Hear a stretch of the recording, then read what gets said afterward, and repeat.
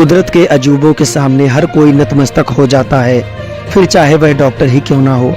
ऐसा ही मामला सामने आया जब एक परिवार में 3 बेटियों के बाद पैदा हुए बेटे की खुशी नदारद हो गई। बच्चे को जन्म के साथ ही 2 की जगह 4 पैर हैं। ऐसे में परिजनों ने उसे मेरठ मेडिकल कॉलेज के बाल रोग विभाग में भर्ती कराया है, जहां यह मामला डॉक्टरों के लिए भी चुनौती बन गया है। मुजफ्फरनगर का रहने वाला इरफान रिक्शा चलाकर अपना परिवार चलाता है।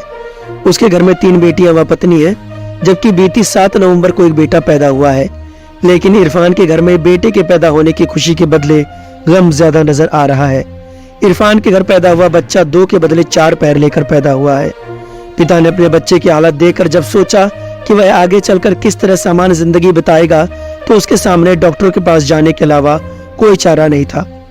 बच्चे को लेकर पिता मेरठ मेडिकल कॉलेज पहुंचा और यहाँ बाल रोग विभाग के डॉक्टरों को दिखाया। फिलहाल डॉक्टर बच्चे की सर्जरी करने को लेकर मंथन कर रहे हैं, जिससे वह आने वाले समय में सामान्य जिंदगी जी सके। लेकिन उससे पहले इस सर्जरी के दौरान बच्चे की जान बचाना बड़ी चुनौती है।